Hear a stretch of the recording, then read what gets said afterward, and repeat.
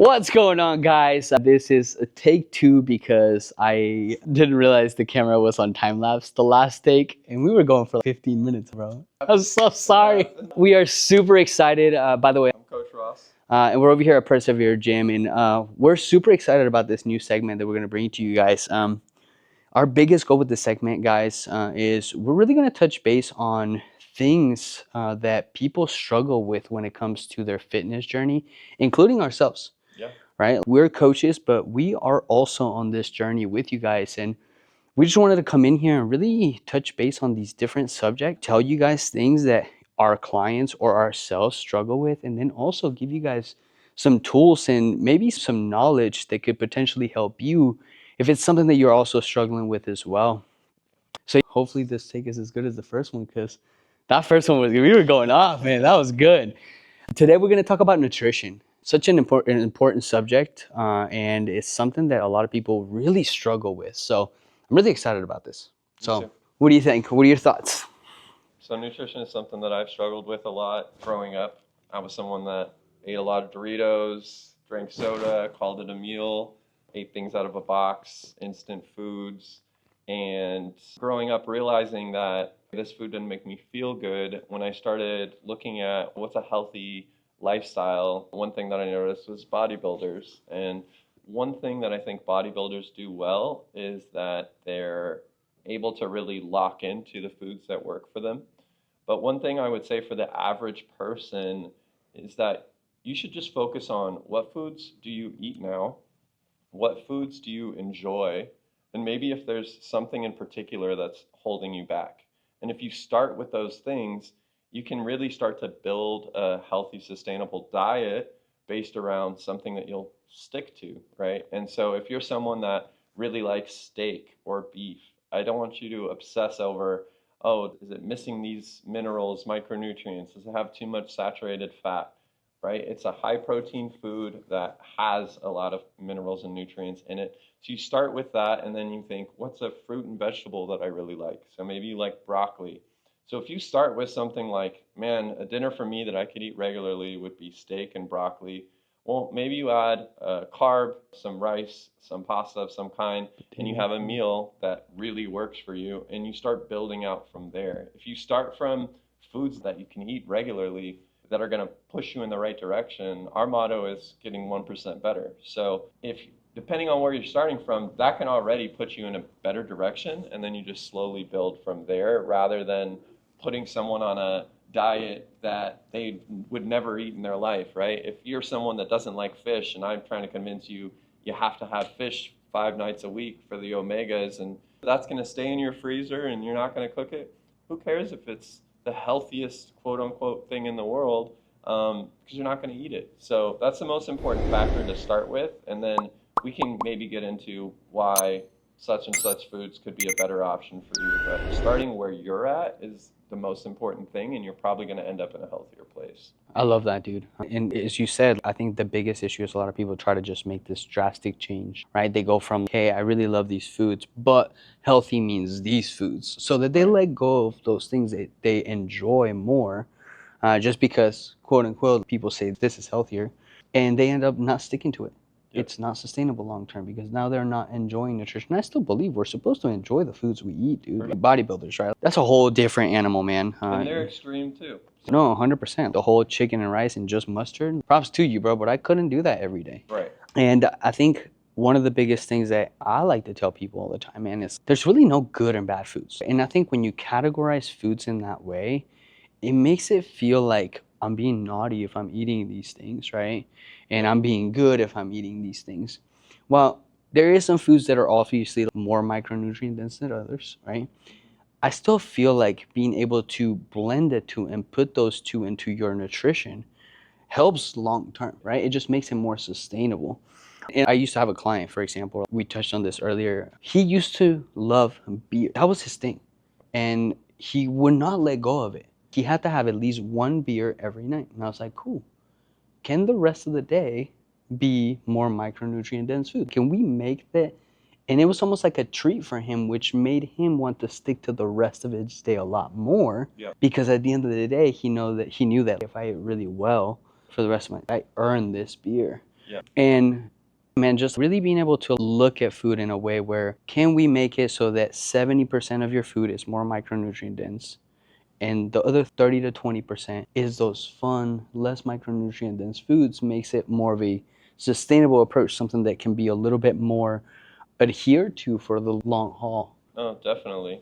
You should think about foods that you really like, and if those can remain in your diet, right? Say you love Doritos. Doritos just make you happy. You smile when you eat them. You love ice cream. That being able to say that you're adhering to your diet and eating ice cream, if that just lights you up, I didn't even know I could do that, and is that even possible?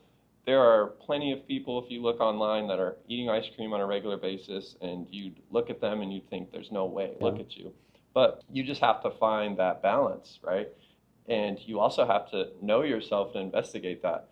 If you're someone that can't have a small bag of Doritos, if you feel like once you have a Dorito, you got to have the entire Family size bag. exactly, then you need to recognize that in yourself. If ice cream for you, one scoop, does not look like one scoop, then maybe that's going to be a difficult process for you. So it's finding that balance. But if you're someone that likes a Snickers and you can go to the store and find a protein bar that speaks to that flavor and it makes you go, man, it feels like I'm eating a Snickers, that's a huge win too. So sometimes it's finding a replacement food. And another thing I would say is some people, and I want to hear your thoughts on this too, some people respond well to adding things to their diet, right? You tell them, eat more blueberries, drink more water, eat more vegetables, and then they don't feel like you're taking something away from them. Versus some people need to just totally remove things and they feel, say that guy that eats Doritos, you just got to tell him you can't have Doritos, right? And so I think that when you add stuff, say you add vegetables, blueberries, and water to someone that eats very unquote unhealthy, right? Then they may end up eating less of those unhealthy foods because you just filled them with fiber, you gave them some sweetness, you gave them more water, so they're not getting as much hunger signaling. And then the restrictive people, maybe for them, they're like, I can do stuff cold turkey. I just need to know, can I or can't I have this thing? And I don't think those are always the same people. Some people respond better to one or the other. You can do both at the same time, but maybe there could be questionnaires or something online to differentiate those people. What are your thoughts on that, adding versus restricting different things? I love that. And I've never really heard of it that way either, which is kind of cool, right? But when you think about it, if you're adding more fruits, if you're adding more vegetables, you're filling a person up more with these micronutrient dense foods so that they're less likely to want to snack and want to eat those other foods that Yeah. they have no self control over. Right. And I do know some people that they can't have certain things at the house because at nighttime they sleepwalk and they go straight to the pantry and they'll eat the whole thing of Oreos, right? Speaking from experience. But anyways, there's just certain things that they can't have. And you're right, it's about learning to recognize those things and being truthful with ourselves and saying, maybe I should just not keep that here, right? But I think the whole adding things, adding more fruits, adding more vegetables, adding more lean meats or meats period, is a great approach because it does fill people up. It gives them that satiation. Yep. So those signals of cravings are not there as much and as present. Right. I've had clients that drink a lot of soda and it's really hard for them to get away from soda. Some of them respond well to diet soda, but another thing I've done with a client is we're just adding in water throughout the day. So they can still have their soda, but they're drinking more water. And I've heard from multiple clients that they're drinking less soda.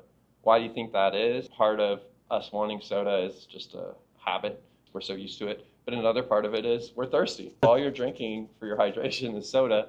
Then part of that is you wanting the sugar, but another part of it is your body wants fluid. So if you can give that person water and ultimately they drink less soda, then they don't feel like you took something away from them, but you still moved them in a better direction, right? Some people struggle with eating vegetables and fruits and they just hate the texture, they hate the taste.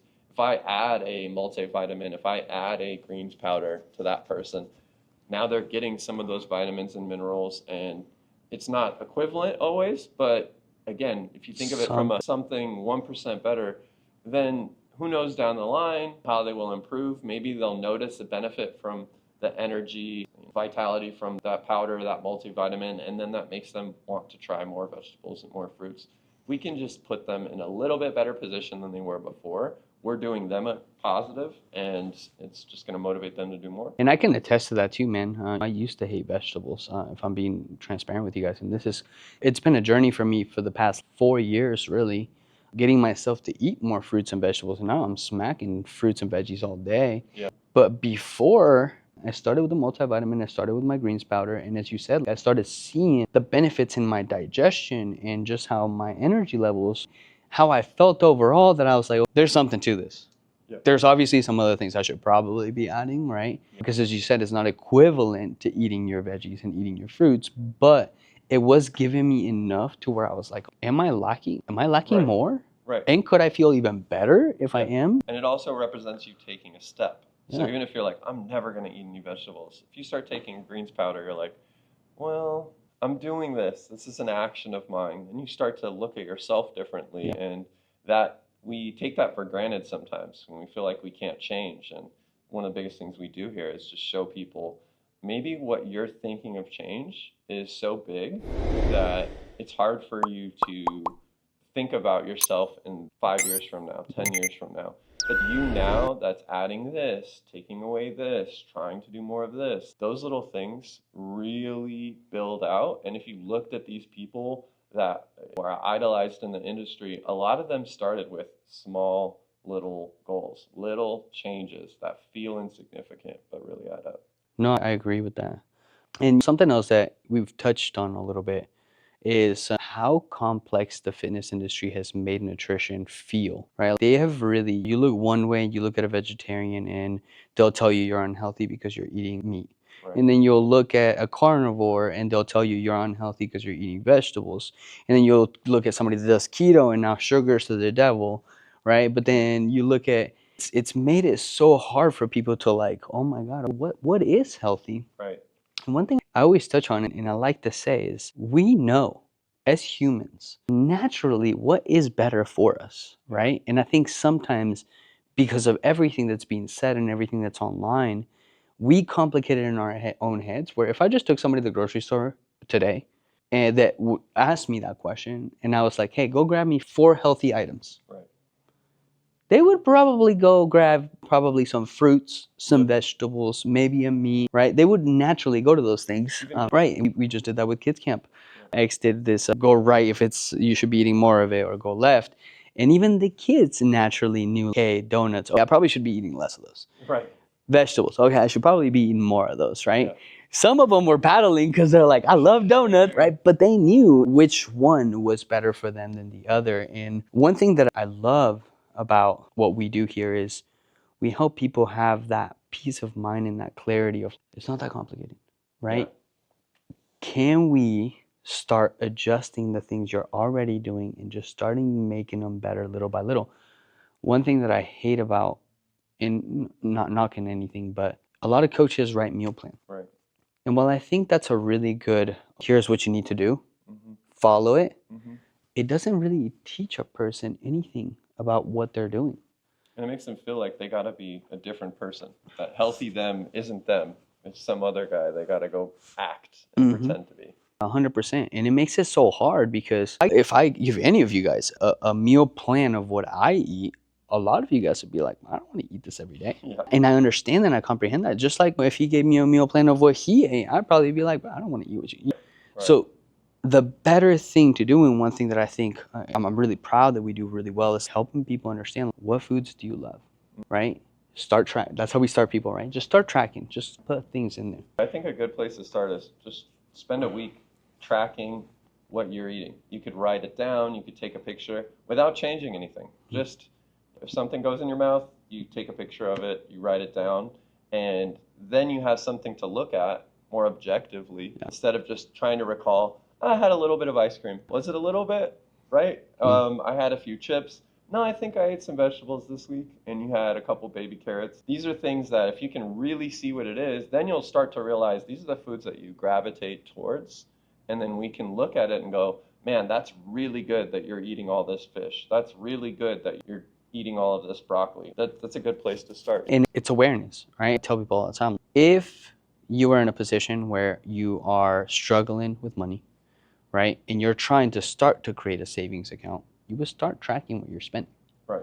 So it's kind of the same thing with nutrition, right? You want to start making adjustments to your nutrition. Start tracking what you're eating. Start making yourself a little bit more aware of the things you're consuming consistently. This is one thing that a lot of people come in and they're like, well, I'm not eating very much, right? But they're also having a freaking 600 calorie Starbucks first thing in the morning, right? And it's like, you're not eating that much food. Right. But when it comes to the density of calories of the things you're eating. Yep. Or someone will say they don't eat that much because they don't have meals, but they find themselves snacking all day long, right?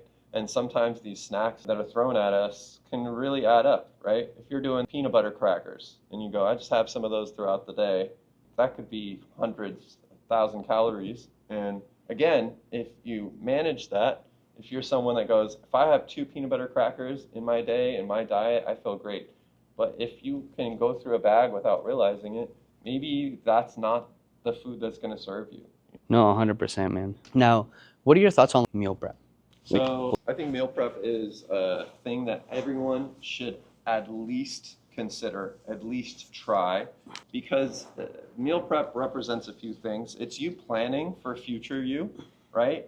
That when you're busy the next day and you hope to cook, you should realize sometimes that's just not possible to cook every meal all the time, right? And so if you're a busy person, as a lot of us are, meal prep is like a gift, a thought from your best self to go, I'm going to set that person up right the next day so that they don't have to think about that. I'm going to eliminate the possibility of it's noon, you just got done working for 3 or 4 hours, you were starving, and then you have to make this great decision to go to the grocery store and run home and cook something. If you can set yourself up with a meal, I think you're doing yourself like a real positive right there. Huge favor, dude. And if you can find foods, as we were talking about, that you can regularly eat, that's the dream. If you can give yourself a regular meal that is somewhat nutrient dense, even if that's one meal a day that you hold constant. If you before just ate whatever, whenever, however, that one meal 7 days a week, 5 days a week, that's going to start you off in a better spot. And then maybe breakfast becomes a standard thing for you. And then dinner is where you have a little bit of variety. But if your breakfast and lunch are very dialed in, how much damage can you do? Well, depends on the person. But that's something that I think a lot of people should give a try to. We've used the word sustainable so many times here because that is the way that you should really look at nutrition is what can you do repeatedly? Because what you repeatedly do, you become. So if you repeatedly eat healthy meals, that is how you become a healthy person, right? And so if you can repeatedly make this meal and take it in and still find enjoyment from it, or you don't have to be a master chef either with meal prep. I think that if you can think of 3 to 5 lunches that you can eat on a regular basis, going through that rotation, that can last you a really long time. And you have a week where you really want wraps, and you have a week where you really want salad or some kind of sandwich or chicken and rice, or there's so many varieties there. It just depends on what you want to make regularly, what is easy enough for you to prep, and where you don't overcomplicate it. And you find that by what you eat regularly or think back to meals that you really enjoyed, I think is a good place with meal prep to start. Yeah, dude, I love that. And I think that's where a lot of people shoot themselves in the foot is they try to get to that meal and try to figure out what they're going to make. Yeah. Right? And dude, if I'm being real, we're all busy. We all have things going on. People have kids. You got to pick this up. You got to go to work. There's so many things that you got going on that you get to the middle of your day and you're like, I don't, sometimes you are at work. So now you're having to going to a fast food place to grab something quick to eat, where if you were able to just bring something with you, then you're a lot more prepared and you already know what you're going to eat. You don't have to think about it. And I think it's the thought of it that where people get the most overwhelmed, right? Because they're like, now they're trying to plug it in. They're trying to, oh, what can I fit in it? And they just forget, right? They're just like, you know what? I'm just going to eat whatever. Right. And one of the biggest things that I like to touch on when it comes to meal prepping, I think this is something that I found people had a misconception on, is people look at meal prep as something they have to cook, or they have to cook for hours on hours to prepare. Right. And I just view meal prep, as you said, like a preparation for your week. Yep. Right? So getting yourself things like easy grab and go. I'm a grab and go guy. Most of my stuff that I eat is grab and go. I do a lot of yogurts, I'll do a lot of fruit, I do a lot of things that I don't really have to cook. The only thing I really cook is my ground turkey and either potatoes or rice that I'm having for lunch. Yep. That's all I cook for my meal prep, but the rest of my meal prep is things that I can literally just grab and go. I make deli meat sandwiches every day that I eat. And that's easy for me to make the night before for the next day, so I don't have to sit there on Sunday and meal prep for hours. So I really wanted to touch on that because I think a lot of people just look at it as like, man, you're telling me I gotta sit there and cook for 3 hours and now I gotta lose my whole weekend with my family. No, dude. But if you can invest 30 minutes to an hour to cook at least one meal and then think out your grocery shopping so that you can have all these other things that are team bars and, like I said, deli meat to make sandwiches, or fruits, yogurts, things that you can just literally grab, go, and take with you. Yeah. That is meal prep to me. It's literally just preparation for your week. Having a thought process behind what am I going to eat for the rest of the week. Totally agree with that. And when we talk about foods that you really enjoy, for me, I really like steak. I'll do some chicken. I try to have fish once or twice a week. I like yogurt, eggs.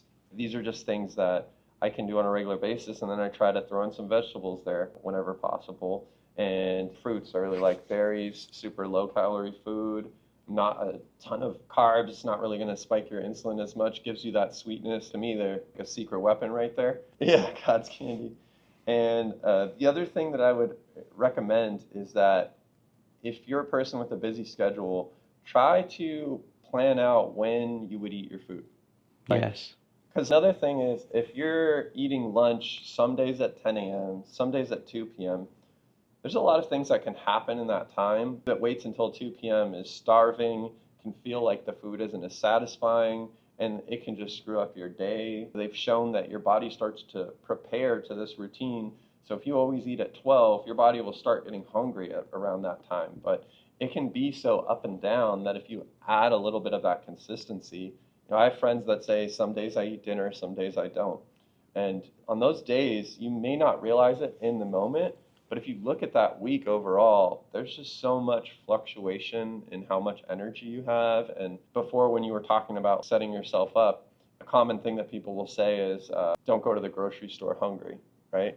Because if there's you that goes in with a plan and you are starving, that you can make some different decisions. Yep. So if you go into your day and you go, I think I'm going to eat these foods and I'm going to eat them whenever, it can feel like it's up to you to be the best person there. And a you that's tired, a you that's hungry, a you that is kind of anxious because your schedule's all over the place, that isn't always your best self. And that's none of our best selves. Yeah. So if you can put a little bit of structure in, that can really serve you well. Just trying to say, I eat dinner at 6.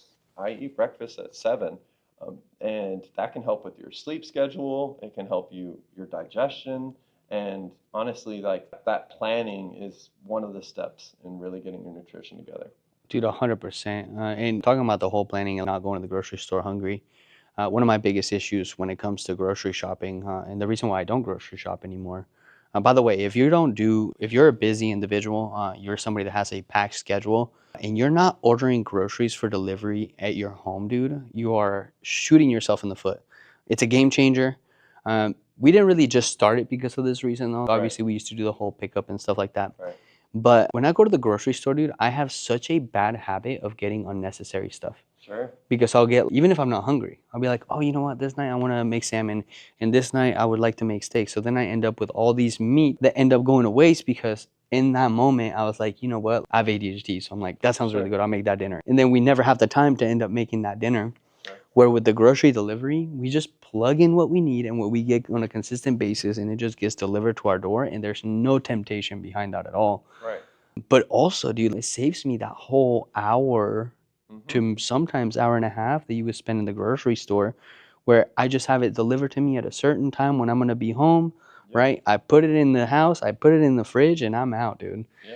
So if you're not ordering your groceries, man, I'm telling you, if you're somebody that's busy, somebody that has a business, somebody that has kids, somebody where grocery shopping becomes a task, right? you should look into ordering your groceries. So I'm telling you, it's a game changer. Totally agree with that. And thinking about what we want to do with this podcast, giving people real actionable tools, right? So when you're overwhelmed by something like nutrition, some basics that I'd like people to start with would be, let's say a common goal for people is to lose weight and body fat. Think of the best things that people can do to start moving in that right direction.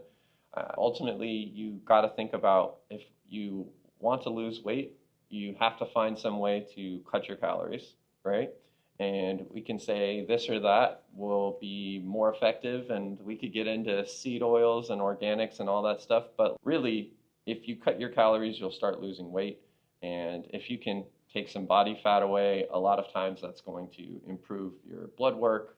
It's going to help you with some energy. So finding the way that you eat and then starting to make little steps to eat better, getting more hydration, high fiber, high mineral, nutrient dense foods, and then seeing if you can adjust your calories. That's going to be the biggest movers that I can recommend. And everyone's going to be able to do that a little bit differently, but getting people to adopt that thought process of being honest with themselves, thinking about foods that they like, adding some structure, and then saying, if I want to lose weight, I have to find a way to reduce calories here or there. And maybe that is, instead of this candy bar, I can do a protein bar that's 100 calories less, right? Instead of doing pasta, I'm going to do this much rice. Instead of doing this sauce, I can maybe substitute for this sauce. And starting with things like that, rather than going like, oh man, but this has more high fructose corn syrup. Look, those foods can have an effect. Those properties of foods have an effect. That's why they're talked about. But if your goal is to lose weight, what you should be prioritizing is foods that are going to help you eat less calories. Because another common misconception is, oh, I'll just outwork this bad diet, right? I'll just run 6 miles a day so that I can have Big Macs. That's not going to work for you. And so that is why we talk about high nutrient dense foods, because oftentimes those foods are less calories, and they're more filling. So that's why we want you to add more of those foods and base your diet around those foods. We don't want to demonize some of these other foods, but we don't want you to obsess over it either. Yeah. So you need to figure out who you are and then start finding those ways that you can cut calories. But for that person that wants to lose weight and they feel overwhelmed and where do I start? What do you tell that person? A lot of times the reason people look at those things like the seed oils and the corn syrup and all that stuff, it's because of things that are going to improve anyways, like he said, when you lose weight. So if you're already somebody that is overweight, as you start to lose weight, those blood markers, those health markers are going to improve instead of just obsessing over those things. And at the end of the day, even if you obsess over those things, it's still very easy for you to overconsume food anyways, right? So when it comes to somebody that's just trying to lose weight, right, is just trying to start somewhere. I'm huge on tracking calories because I really look at it as like a budget, right? Do I think everybody should do it? I don't think everybody should do it. It's not for everybody, but this is just something that I've found that works the best for most people. There's tons of calculators online. You can go online and find like a calorie calculator that just gives you a good base understanding of where you should be at. It's going to ask you for like your age, your weight, your activity level, little things, right? And it'll give you a number. I think the best way to start is plug that number into some type of food tracker, right? And start trying to consume foods to that number, right? Not necessarily really paying too much attention to the protein quite yet and all that stuff. First, start to understand what those calories look like in the foods you're eating. A lot of times people will come in and they say, like I said, they'll be like, I'm not eating a lot. But then you start having them track their food and they're like, oh my gosh, I didn't know that Starbucks I was drinking every day has 600 calories of my 1,600 calories. Now I only have 1,000 calories to eat, right? So the first thing I would say for anybody is get yourself aware of what you are consuming, as he said initially, so that then from there you can start making adjustments. Because if right now you just say, well, I don't think I eat a lot, right? But then you go ahead and you plug it in, right? And you're actually consuming 2,100 calories with all the drinks and all the things and all the snacks and all this stuff. Then you can say, I didn't think I was eating that much. What are some things that I can start adjusting? Maybe I go to Starbucks still, but instead of getting this Frappuccino, now I'm getting a cold brew with sugar-free pumps of vanilla. That is going to save you 400 calories alone. Yep. right? So you start making these adjustments little by little to start getting closer and closer to that 1600 calorie goal. Once you get there, then you can start paying attention to the next thing is how much protein am I eating, which is going to be the next thing that's going to make a massive impact into weight loss, Yep. satiety, muscle recovery, and all that stuff. But initially, I would just say, just like you said, make yourself aware. I'm a huge believer in trackers. I've been tracking for a very long time. Do I feel like everybody should track? No, I think some people can take it a completely different direction. Some people can obsess over it a little too much, right? But I do find it to be an incredible tool for you to make yourself at least aware of how much the servings of the things you're having is putting you so that you can start making those adjustments. I agree with everything that you said. Another thing it was making me think of is people can obsess over something to the point that they won't engage with it, right? It would be like someone saying, I want to run more, and then they spend all their time trying to figure out the perfect running technique so that they don't get injured, or the path, the exact amount of distance to go, and then they're not actually doing the thing. And they feel fearful of the thing. And or someone saying, I want to work out, but I got to buy the perfect workout plan, right? And people get that way with diets. Oh no, I'll start dieting, but I need to find out the thing that's going to give me the most energy and to make me feel like I'm having this different healthy experience. And really, you end up making it too complicated. If you want to go running, you're going to have to start running. And for some people, that is just looking at what you eat, that is just adding or taking away a couple of things. And that is like that person just going out there, running, seeing what it's like. And you're probably going to end up feeling better if you start tracking, adding, taking away a little bit at a time, and you just build off of that. And it's all about building off of that over months, years, and getting to that goal. In the same way that someone wants to lose 100 pounds, the perfect diet isn't just going to make them lose that weight right away. They're still going to have to wait some time. The other thing I would say is once you figure out your calories that are going to help you lose weight, some people will say, oh man, but I eat this amount of calories and I'm starving, or I can't eat that many calories. And that's also where you can play around with some of these foods, right? If you find, man, I'm never able to get to my calorie number, then maybe you throw in some energy dense foods, Yeah. right? Maybe that person does need a little bit of ice cream, peanut butter, things like burgers, right? Something that's going to actually help them get to that calories. And then other people will say, I get to my calories, but I'm starving. It feels like I have so much appetite and so much hunger. And so then with that person, maybe we're finding foods that really fill them up, right? We could show you 2,000 calories that is probably going to make the person feel like they need 1,000 more. And then we can show you a 2,000 calorie diet, right? If you put enough broccoli and fiber, foods that are berries and chicken and all right, if I tell you to eat 2,000 calories of chicken breast, you're going to have a really tough time. Or chicken and broccoli, you're going to have a really tough time. But if I said eat 2,000 calories of ice cream, you might be able to do that in one sitting. So it's very different dependent upon the person, dependent on their hunger, and again, just nailing this in, what foods that you really like. So once you find that kind of calorie range that you want to be at, then we want to try to get you feeling satiated, right? That I ate the calories for the day and I feel good. We don't want people going to bed starving every night because that wears on you. In that same way, when it feels like, oh, why am I doing the right thing and it feels so wrong, you want to feel like you're moving in the positive direction, and we want to take care of all those little signals that could make you feel the opposite. And to touch on that too, man, something that I see people do all the time, and you can attest to this. People will be like, well, I'll just eat 1,200 calories a day, and of course I'm going to lose weight. And you are going to lose weight, but I will tell you, you're going to be miserable the entire time. Yeah. So I always tell people, going way less, cutting your calories way down, it may work for the weight loss aspect of things, but you'll have to also realize a lot of that weight, it's not just going to be body fat. If your body is starving that much, it is going to break down some muscle mass for energy. So now you're losing muscle and body fat and water and whatever else, right? And in the process of that, you're miserable because you're starving. So you're more likely to get to the weekend and say, you know what, I starved myself all week. Right. I deserve And now you just eat back all those freaking calories that you made yourself miserable for the entire week. Instead of just finding the right amount of calories, right? Yep. Say it's 16, 17. Everybody's different, right? I'm not saying numbers, so please don't take this and go put it in your tracker.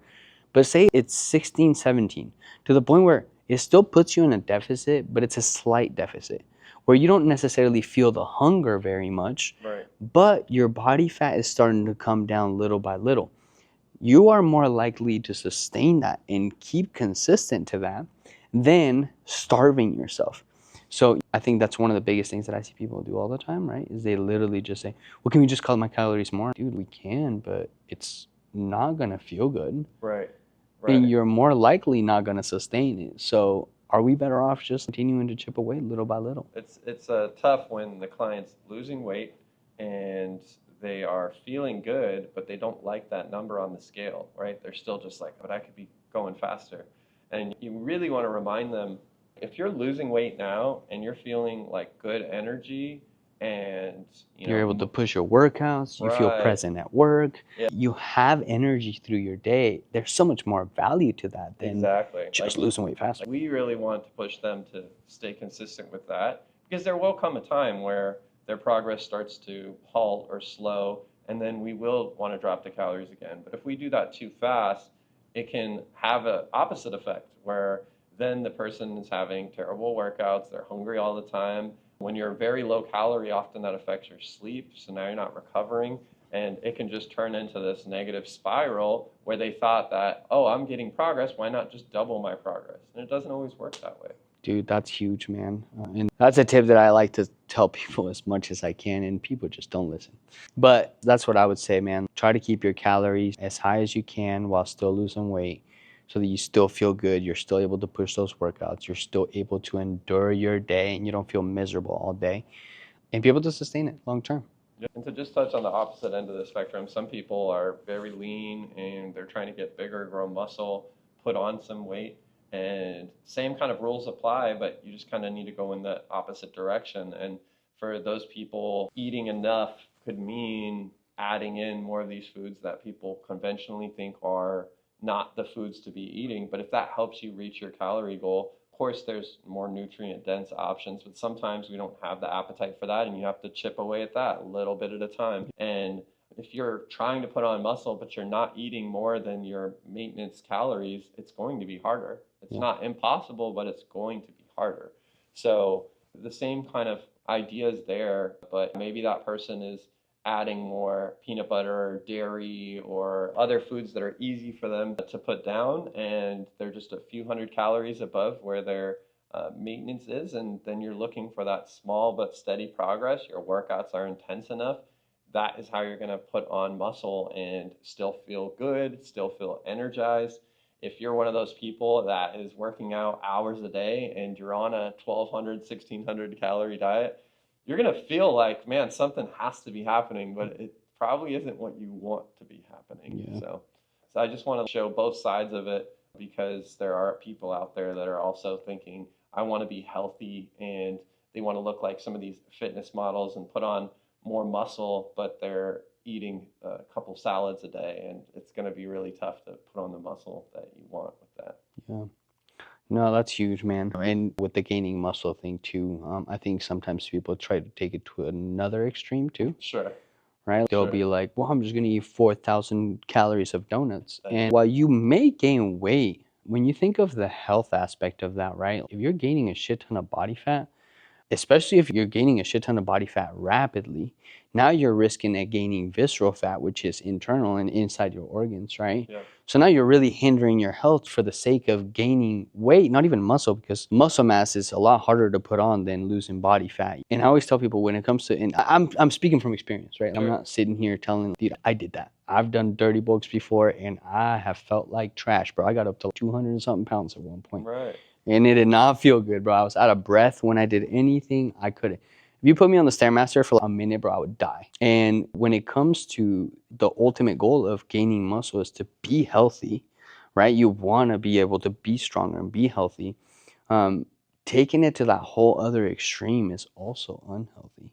Sure. It's the same thing with a person that's trying to lose a bunch of weight, they become convinced that I'm going to just lose that weight really fast, or I'm trying to gain weight and I'm going to put on 20 pounds in 3 months. And they realize later that a lot of that's fat. They were hoping that a lot of that would be muscle. But if they were to just take an approach over several months to put on 8 to 10 pounds, they can feel like there's a better chance that that's going to be muscle if the rest of the factors are in line and in play there. And maybe that's a lesson on why we should approach it in a step by step, little bit at a time.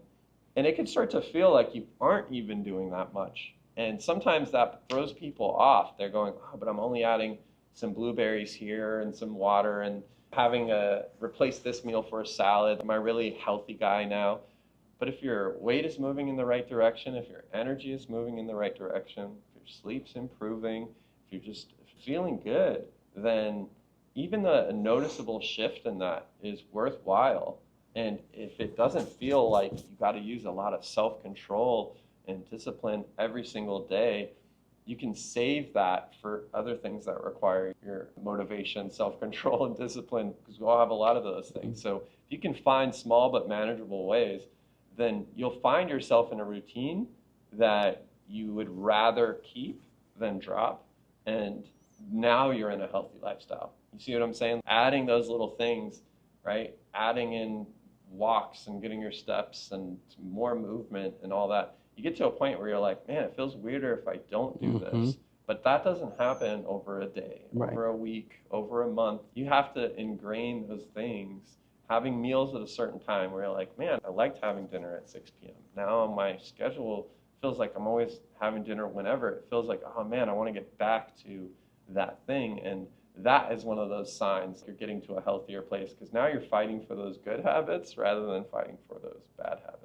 I love that, man. What would you say? I'll start with mine, dude. When it comes to nutrition, I really wanted to emphasize on our struggle as well, because there is things that we struggle with too. And I think my biggest struggle with nutrition, if I'm being honest and I'm being transparent with people, dude, I struggle with, I can binge really quick.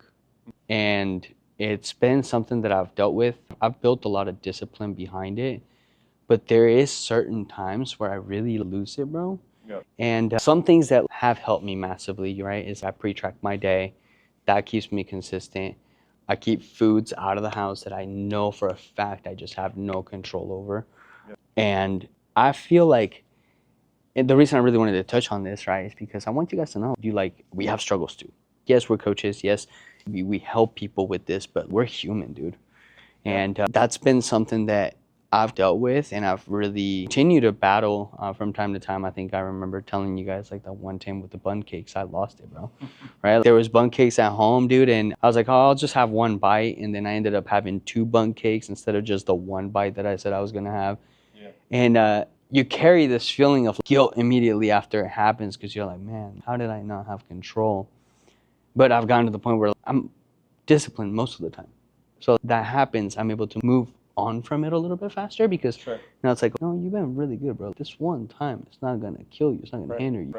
But little things that I've really implemented when it comes to binging, and if you guys can relate to this, is one, keeping things out of the house that I know I have no control over. And something is pre-tracking my day. If I know exactly what I have to eat for my day to hit my targets, I'm less likely to venture off into these things or want to eat those things.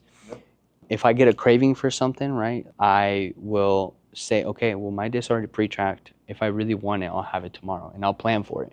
I'll put it into my tracker, and I'll plan for it.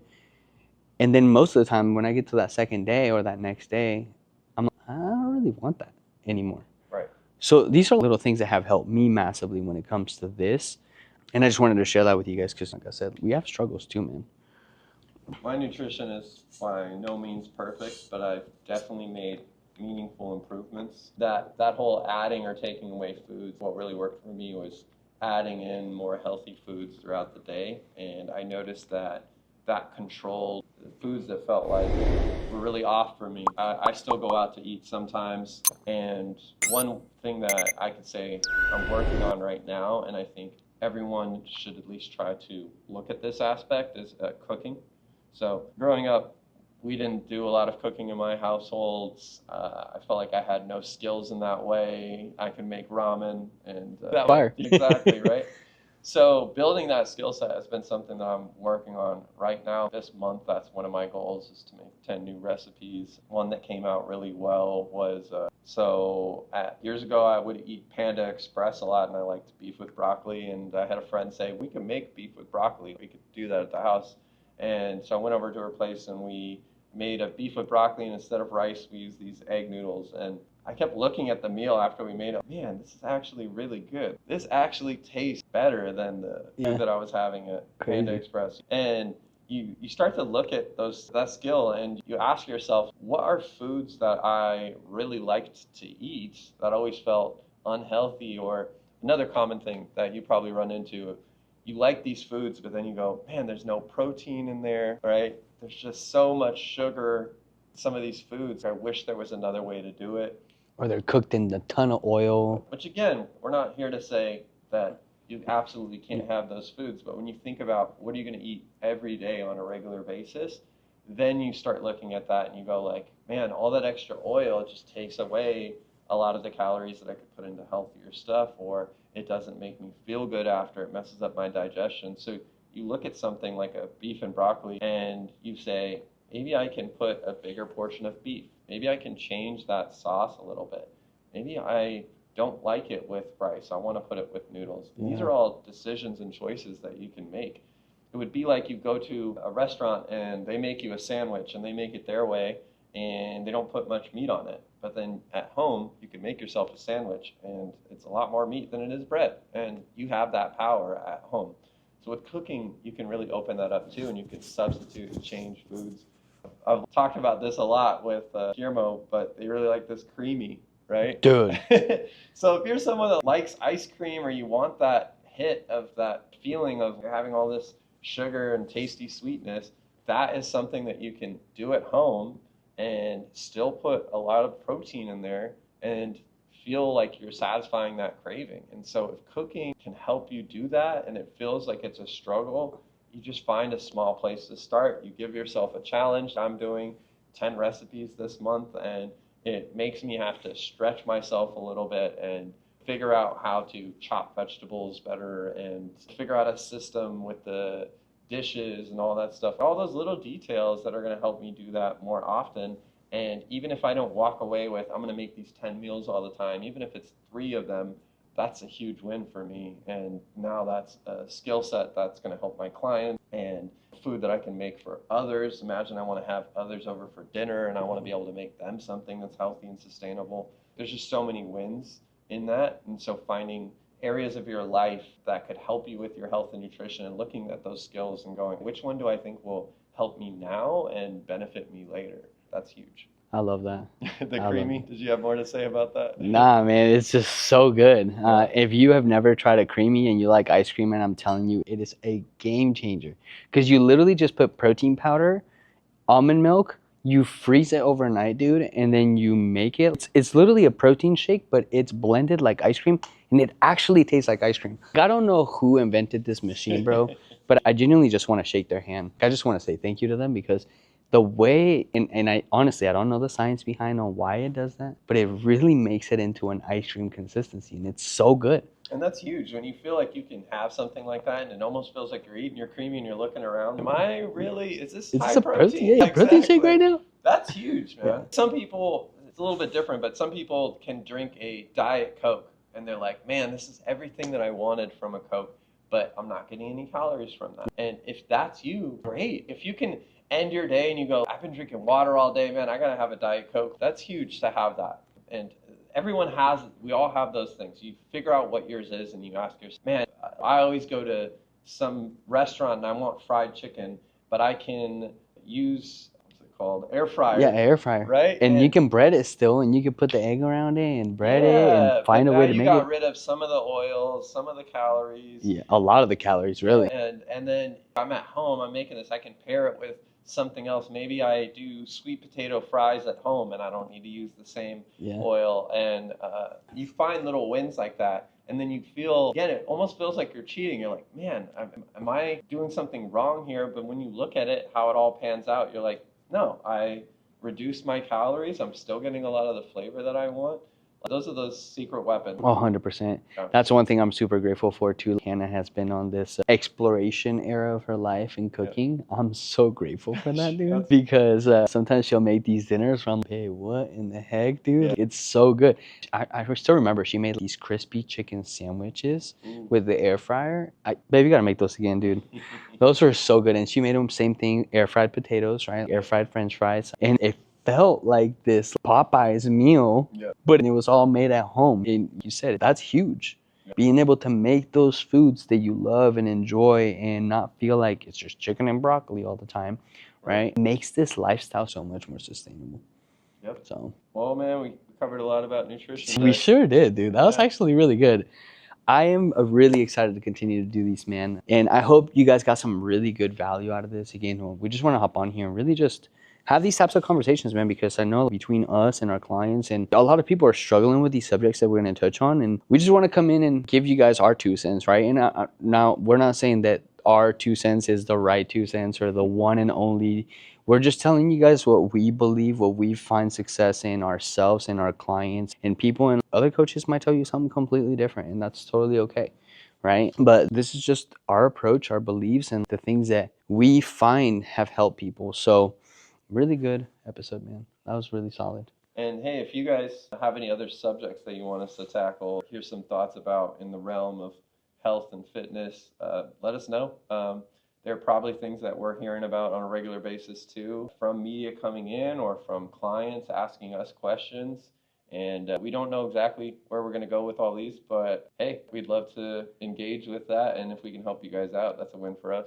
I'm excited too because I'm sure you guys are going to ask us about some things that we might not even know about, which is going to make us go do some research, and it's going to help us grow as coaches and help us have a wider understanding of these other subjects. So I'm excited for this because I know it's going to stretch us too. So I appreciate you guys. Thank you guys so much for watching. And until next time, don't forget, get out there and get 1% better every single day. Let's go.